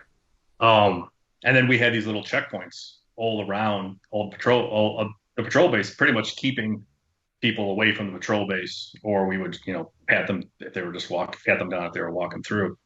But yeah, that was I think my first night in the guard tower at our checkpoint, which was, I don't know, quarter mile from the patrol base. When those guys drop a loom round at 2 a.m. and they don't call out, "Hey, we're dropping a loom round," like, yeah, your ass is on the bottom of a tower going, "What the was that?" Nice. Oh, sorry, sorry, guys. I'm like, shit. Yeah. Yeah, man. It's a different world over there. Like people that haven't deployed or anything like that, it's hard to understand it, but it's a different world when you're in a place like that. Let's talk real quick about how do you guys come up with the names for your tanks? And when you guys switched tanks, when you went from the ones you had at home to the ones you picked up in Kuwait, did you keep the same name or did you rename them? So initially we weren't allowed to name our tanks. Really? Yeah, when we were stateside, I don't know whose call it was. In 2006, we weren't allowed to name them. When we got into Iraq, we eventually named them. I think we named them when we got attached to the 101st Airborne. I thought that's like a tradition. Isn't that like a huge tradition? Is like naming of the tank? Like the tank crew comes up with something? I want to say it was like brigade level permission, and whoever our brigade commander or whomever it was like, "No, we're not doing that." Lame. No. So how they name the tanks now is it has to start with the first letter of your company.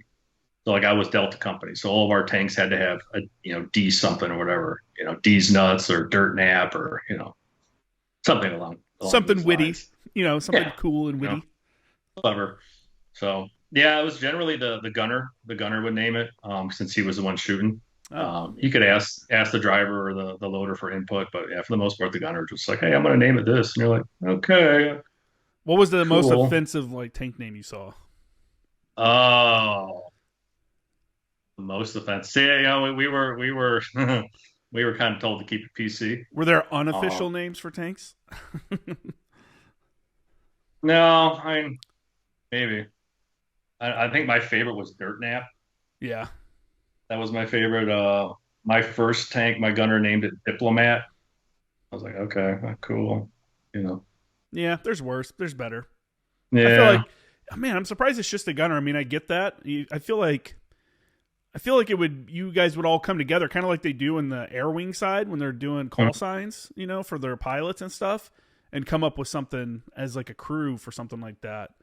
I know the artillery batteries in the Marine Corps and the tanks when we had them, name the tubes and spray paint them on and stuff like that. And you see some funny ones sometimes.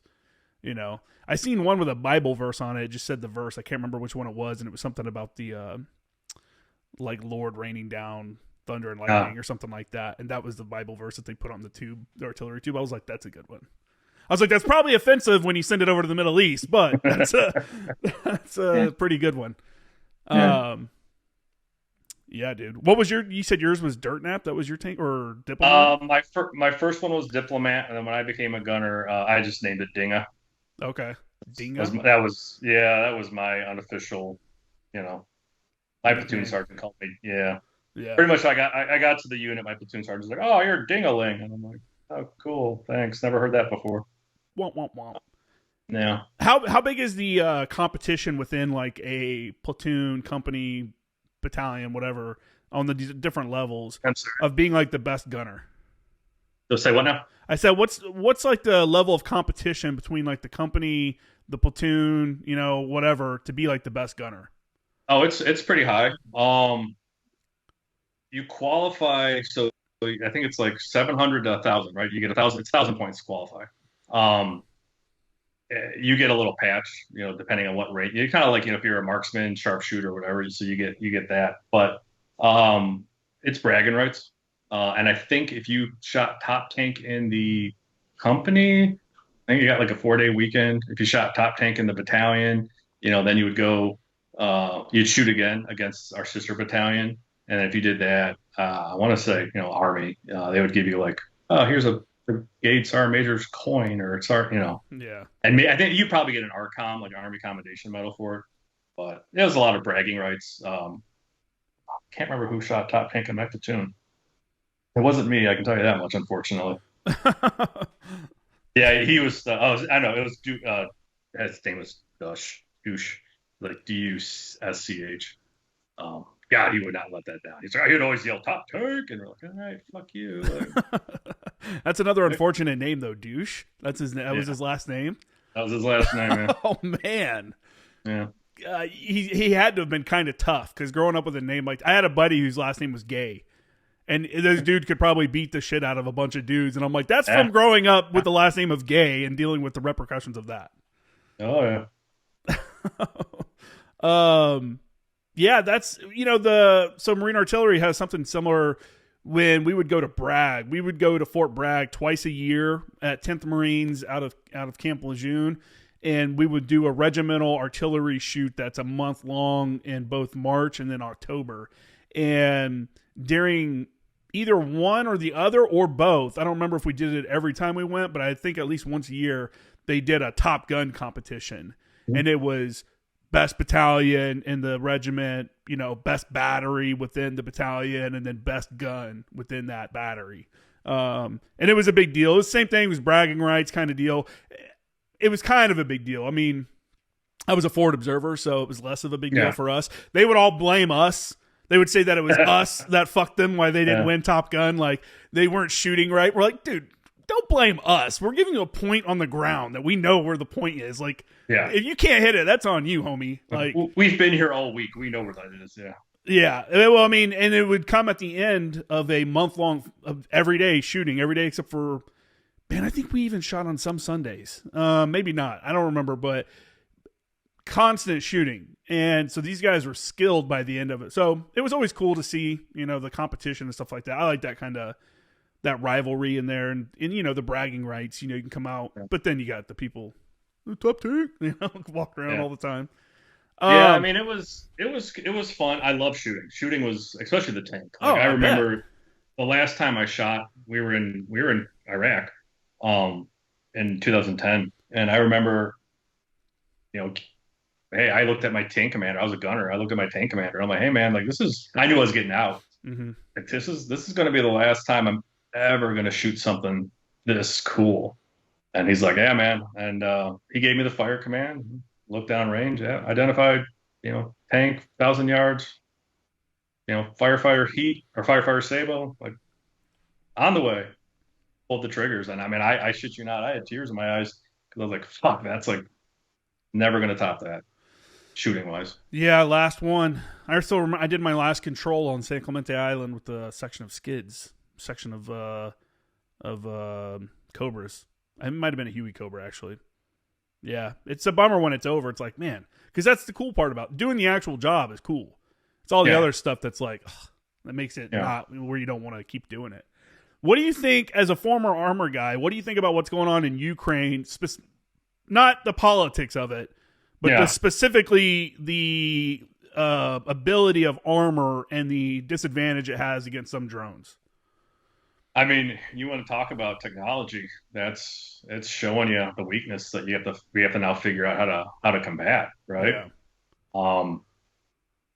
It's always what are we? We're reactive. So I feel like a lot of the times we have a great idea what we need to do and how we need to do it, but when we get there, we're always like, oh shit, we're like a day late, or we're behind the power curve. And I felt that way in Iraq when we built up always on tanks. And it's like, oh shit, now we're on patrol and now we're foot patrol. Moving forward, I mean, it's cool. It's cool. People are in combat getting killed and whatever. But it's cool to see tanks actually being utilized. It sucks that, hey, they can be knocked out by a drone, but shit, like you said, 2003 to 13, like they're getting knocked out by IEDs, which is, like you said, like a $20, device. So it's interesting. It's interesting. I don't know how the U.S. would go about operational wise. I don't the Russians' doctrine for armor is antiquated from my perspective. They got to figure something out though. Well, I mean, I think we saw most of the dramatic tank kills early on in the war, especially when they were still trying to figure out what the fuck they were doing. They had a really bad habit of all bunching up on roads and kind of being in these massive columns and just sitting there like open targets. And you would see too, I guess you still kind of see it where these guys are going around with their hatch open and they'll fly a drone right into the hatch. It's like, fuck, dude. Once that ammo cooks off, that you're done for. I mean, once it goes in there and it blows up that ammo, some of those videos that have come out of that war are crazy. Watching the turrets blow off and everything.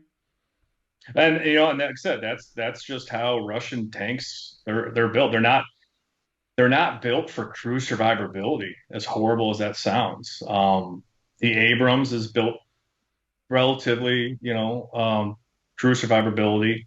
And ease of use. The Merkava, our Israelis, that's like that thing's huge. It's huge because it is designed to keep the crew safe. The ammo's stored separately. They even have like an escape hatch, which they haven't used that since like World War II era tanks. Russians were all about the numbers, right? Push them out, push them out, push them out. And they're deadly vehicles. I think the T80 has like 125 millimeter barrel, and that round will penetrate and destroy an Abrams, hitting the right spot.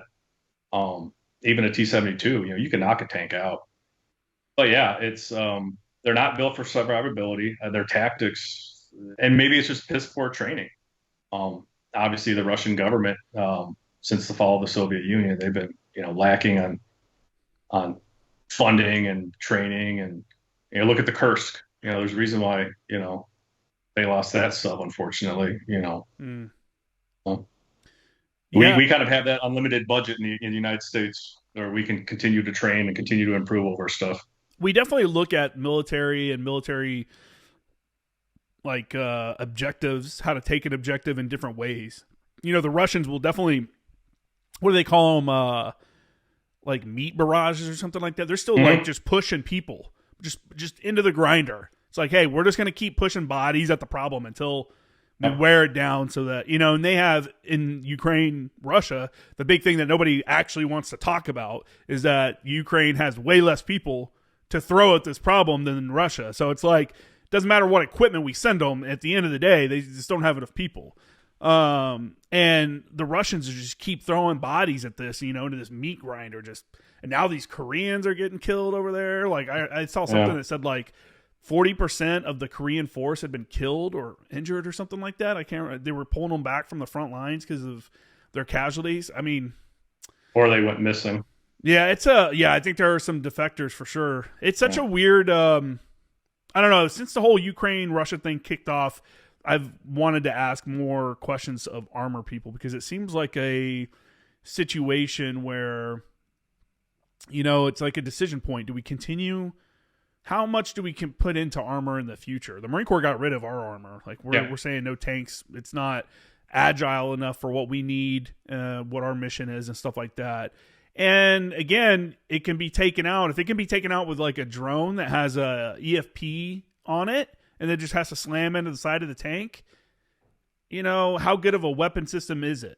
I don't think that they are obsolete, but I also think that using them in the future is going to be different than like how they were utilized previously. You know what Oh I'm yeah, saying? absolutely, absolutely. And you look at like, I mean, in the armor community, we always say the last greatest tank battle was 73 Eastings. Yeah, 73 Eastings in the Gulf War, Mm-hmm. and that's an amazing story. What a mechanized unit can do. The Bradleys with the tow, and then battalion or a company size of tanks, Abrams, just going to town on Iraq. Outranging. They were Yeah, outranging all the Iraqis who just couldn't range them, right? yep. And that's the amazing thing too. The weapon system on that, the computer, everything. Like when you have that vehicle bore sight, when you have that barrel bore sight perfectly, you have a laser, and it's as simple as, oh, there's my target, hit the side of it, hit my laser, I get an instant return, and that ballistic solution will compute up to 3,995 yards, I believe. And that was in 2010. Yeah, So who knows yeah. what they're I don't know doing what it now? is now, and then it's as simple as the minute you do that, the computer's taking in curvature of the earth, barometric pressure, heat, elevation, wind, and it's that. And you may not even notice it as a gunner. When you do that, the gun will move wherever it needs to move. Your sight stays right on that target. Tank commander says, "Fire, you on the way," and target, like game over, man. Yeah, that's a It's very, that battle is a good battle for people to look up if they want to look up something yeah. on YouTube or something like that. There's a lot of good documentaries that discuss that. But you're right, that's a Oh, really cool example of the usage of armor prior to what we're seeing now. yeah, Running through yeah. the Because I desert. mean, like the invasion of Iraq in '03, and there were targets, armored targets that they were shooting. But I mean, you look at like, and that's the picture I have back here is Thunder Run, which was Third Infantry Division's pushing down Highway 1 and Highway 8 into uh, the airport, Saddam International Air Biop now. Um, like there's some cool video and there's great books on it, but yeah, it's different. It's changed. Like we're not that 73 Eastings shock force, the Blitzkrieg, if you will, that we've kind of became when in the Gulf War of speed and power. I mean, that's the Abrams gas turbine engine. That thing will go 45 miles per hour, and fly, and you can still hit targets, actually, just moving. But what moves faster than a tank? Well, zoomies up top, the Air Force, the Marine Wing, the Navy, like, there's a reason why those guys fly in and drop bombs and take out, important targets before we even get to go in and do stuff. Soften Just it the up a fights, bit. yeah, the fights change. Yeah, it's and it will keep changing, That's how it works, I guess, the technology and stuff. So, I guess let's wrap it up, and I guess my final question is, have you seen Fury, and what did you think about it? Yeah, no, I saw Fury. Every tanker's Brad Pitt. I don't know if you knew that or not. Obviously. Yeah, clearly. No, it was a good movie. One of my tank commanders actually was involved in training those guys for that movie. Oh, cool. He worked with Brad Pitt. So they got the fire commands. It's Hollywood, so they got the fire commands pretty down. But I mean, it for what you see happens inside a tank. Yeah, I mean it's goofy, but I always joke with guys or people nowadays when I'm like, well, listen, like you don't know what happens inside a tank in the Middle East. You don't want to know what happens inside a tank in the Middle East. It's four dudes just being dumb and young, saying stupid shit, doing stupid shit. But that was a good movie. It really um the realisticness of it, what those guys did in World War II, and the casualties those guys took, was unreal. I don't know why anybody would want to be a tanker back then. Like those guys were just getting knocked out left and right. Mm-hmm. There's a great book. I can't think of who wrote it. I can't think of the name of the book. It's from the author Adam Makos. He wrote Devotion. He also wrote a book. I want to say it was like Armored or something about the first Pershing tank in World War II, and they actually have video footage of that tank going toe to toe against the Panther in the city of Cologne. There was a cameraman filming, and it's wicked. Like again, completely different battle, different battle from then to now. I think it was Rommel who said, the Lizard Fox. I think he said that the German Panzer tank could take out 4 American tanks, but unfortunately there was always 5 American tanks. That was like his quote. Like their tanks aren't as good, but they just have so many more of them than we do. Kind of deal. Yeah.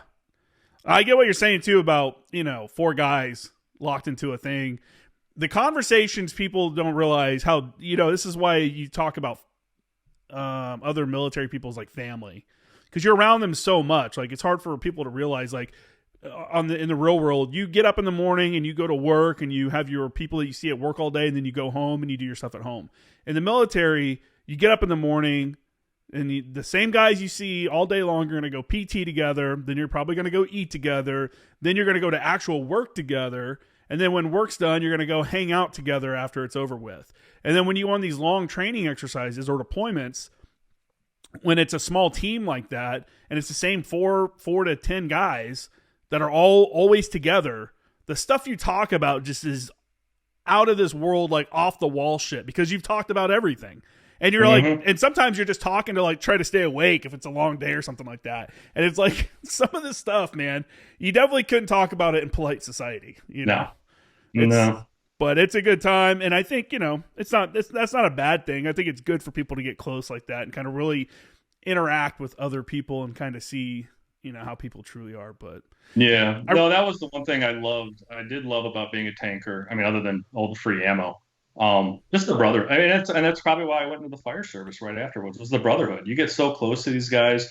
We're only a 16-man platoon, whereas an infantry platoon, you got 50 guys, 50, 60, whatever it is. So these guys. These guys are your brothers. Mm-hmm. And I loved. I obviously don't get along with everybody, but I loved it. I loved it, and it's good though because you learn how to deal with people that you may not agree with, because you have no choice but to deal with them. And that's something that's wrong with society today, is they demonize everybody they don't agree with, and they won't even have a conversation with them or associate with them or anything like that, because they have a choice. In the military, you don't have a choice. This guy, you may completely disagree with everything he's about, his politics, his life choices, whatever.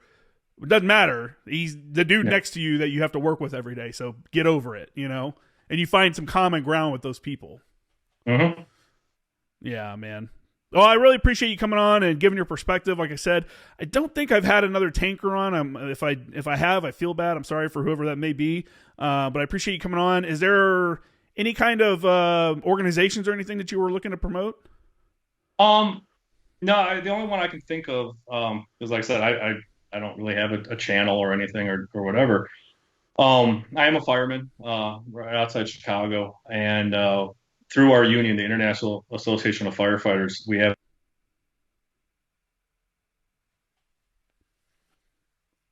Oh, dude, I lost you right when you're promoting. I'm gonna pause this till he comes back on. I suffered with survivor's guilt. Hey, hold on just a second. Yeah, right when you said the International Association of Firefighters, it froze. So everything after that. Okay.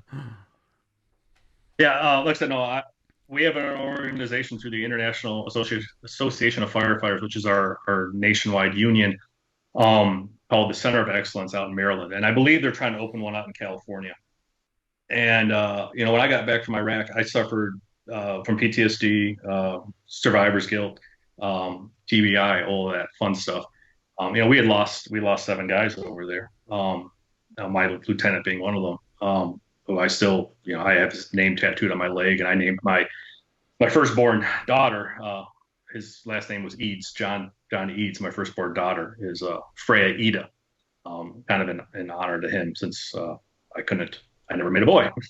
But yeah, so I ended up through the course of my time in the fire service and life progressing and a divorce, I ended up calling the Center of Excellence and going out there.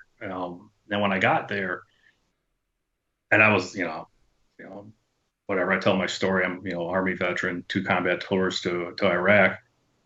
There was like 65% of the guys there or gals there were veterans, and even the counselors were like, "Yeah, there's a reason why you guys are here. You guys think you can handle everything. You go from, the military where it's go go go, and you go right into like the fire service, the police, and you're same deal. You're just moving forward, and you never stop to like take care of yourself. So if there's any first responders, obviously suicide is a permanent solution to a temporary problem, and I'm sure you, Justin, as well as anybody listening, they know way too many people that have chosen that path. Mm-hmm. I know we have lost. I know more people that I've lost from that path than combat, which is horrible. There's help out there. If there's anybody in the fire service through the IFF, reach out. If you need help, reach out to the COE. It's a great facility, great program.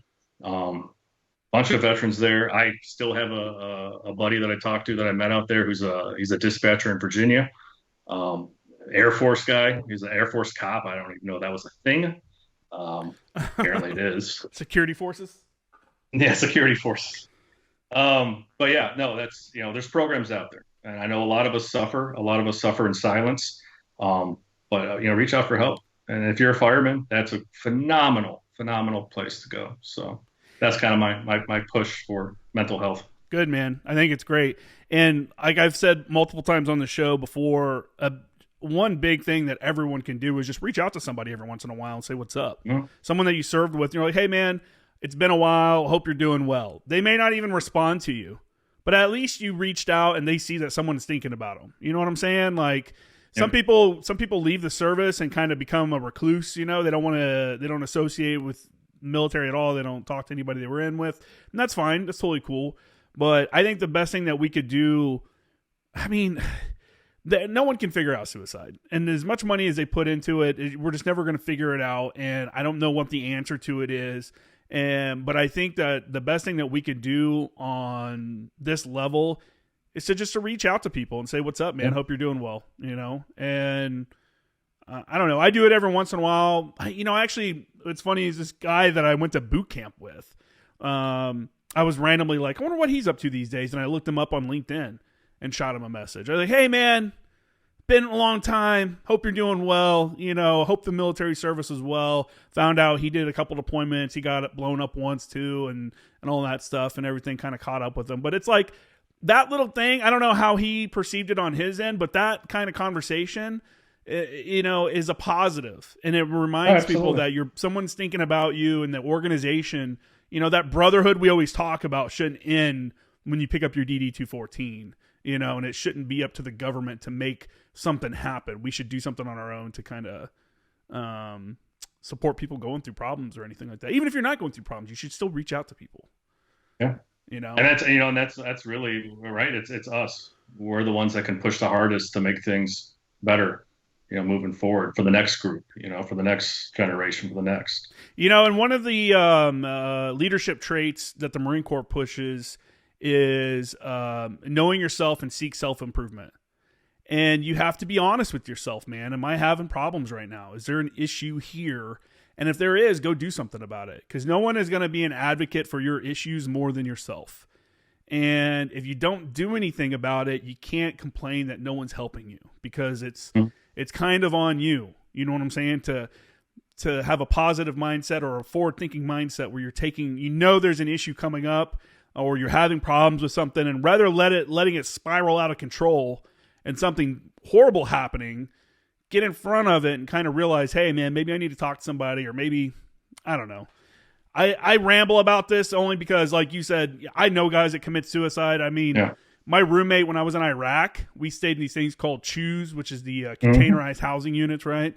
My roommate in Iraq in 2009, like I was doing my classes to get out of the Marine Corps, and I found out he committed suicide. Someone told me, and I was like, God damn it, dude. And that was like the first.